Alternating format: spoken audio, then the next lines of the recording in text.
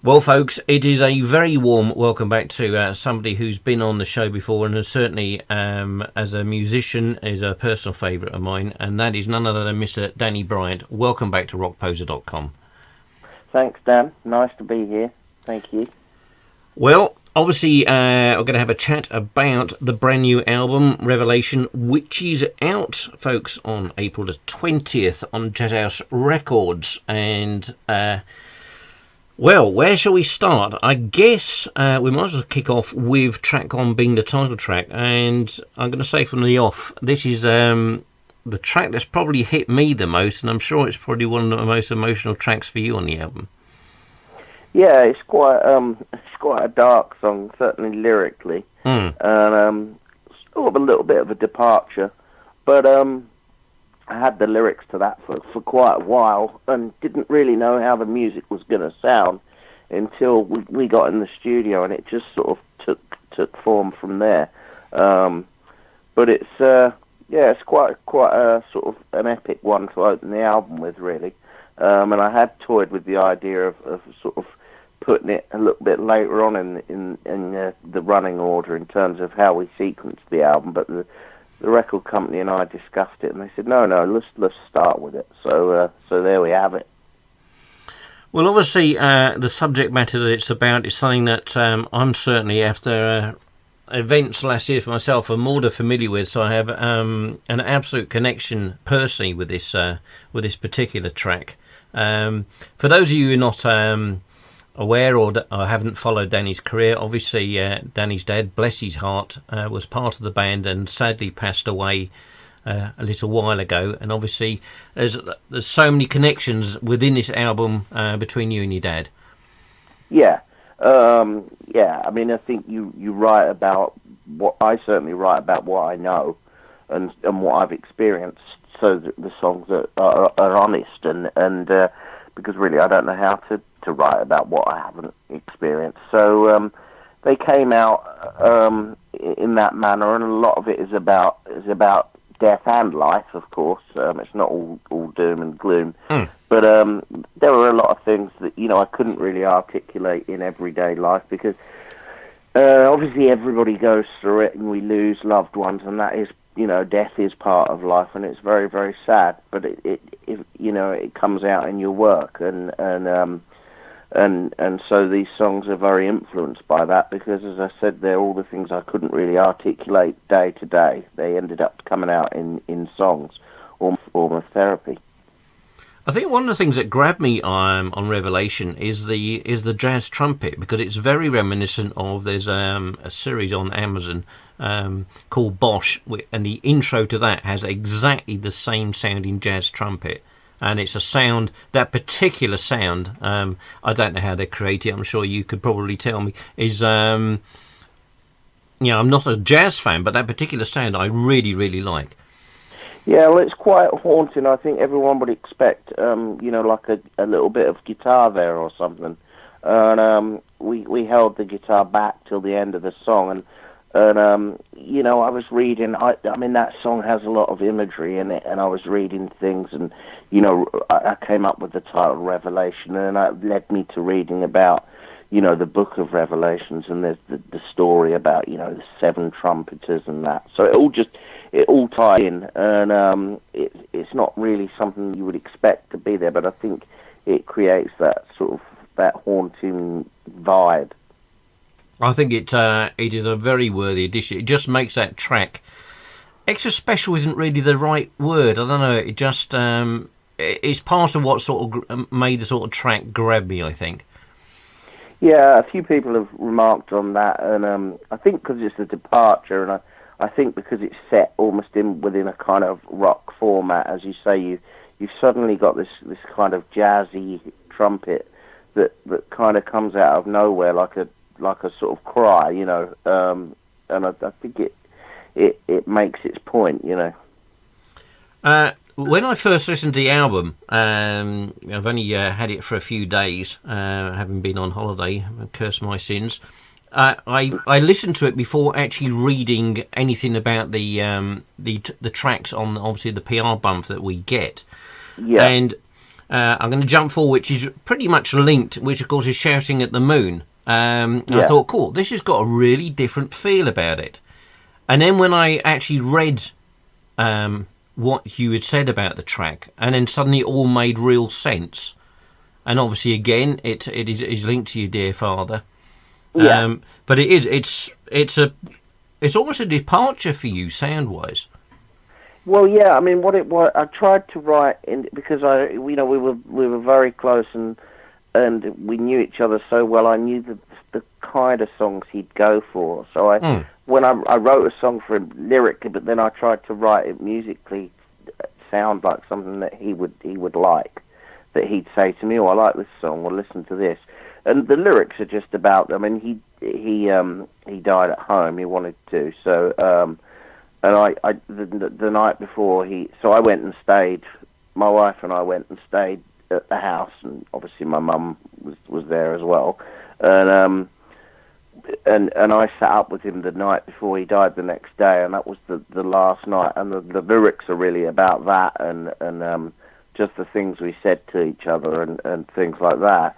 And so once I had the lyrics, I needed to set it to some music. So I thought, well, what would he want it to sound like? So it ended up coming out a little bit different, maybe.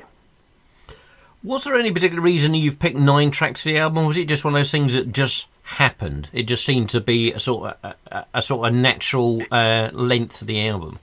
Well, I recorded 11, and I wanted the album to sort of flow, so they all although there's different tempos and different styles, they kind of work as a collection of songs. A lot of them with the same sort of message. So I just had 2 songs that didn't really fit the album, which I may use at another time or rewrite. So I felt that one of them just didn't work. It wasn't, and then the 10th song, I just didn't know where to put it on the album. So in the end, I thought the album's better without it. Sometimes less is more, so to speak. Yeah. So that's the simple answer is, this one. Every song had its place, and then this one song didn't work anywhere. And I thought, well, it's obvious to me that it just shouldn't be on there then. One track, which again, a track I really enjoy in the album, which I saw you play live, when was it, a couple of months ago up at the B-Wood, of course, is Sister Decline, which really works as a live track. That's fantastic. Cause if I remember rightly, that's what the opening track you used on that particular gig. But Sister Decline, did you say? Yeah, that was probably one of the first times we played it. Oh, right. But probably, I think, we were there in November, so we'd have just been recording it then. Yeah, that's going to be a fun one to play, and it probably will be the song we open the shows with. I would say, for someone who hasn't seen you live before, who when they first come to see you, that was a track which really introduces itself to your music.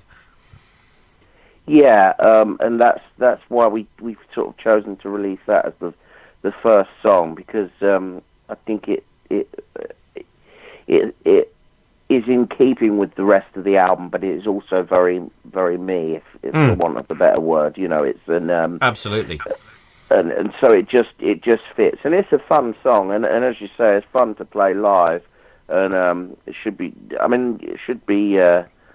It should work well with these upcoming shows, I think.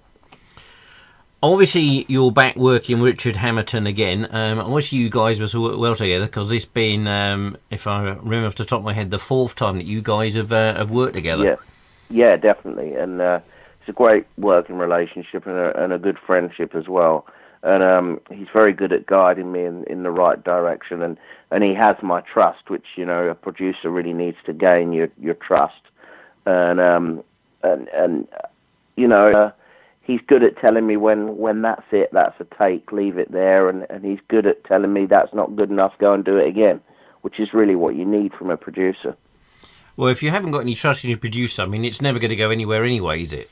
It's not, no. I mean, it's. I always say to people, it's pointless taking on a producer if you're going to be stubborn and you're not going to listen to them, because don't ask them to produce it in the first place. It's just not fair on anybody.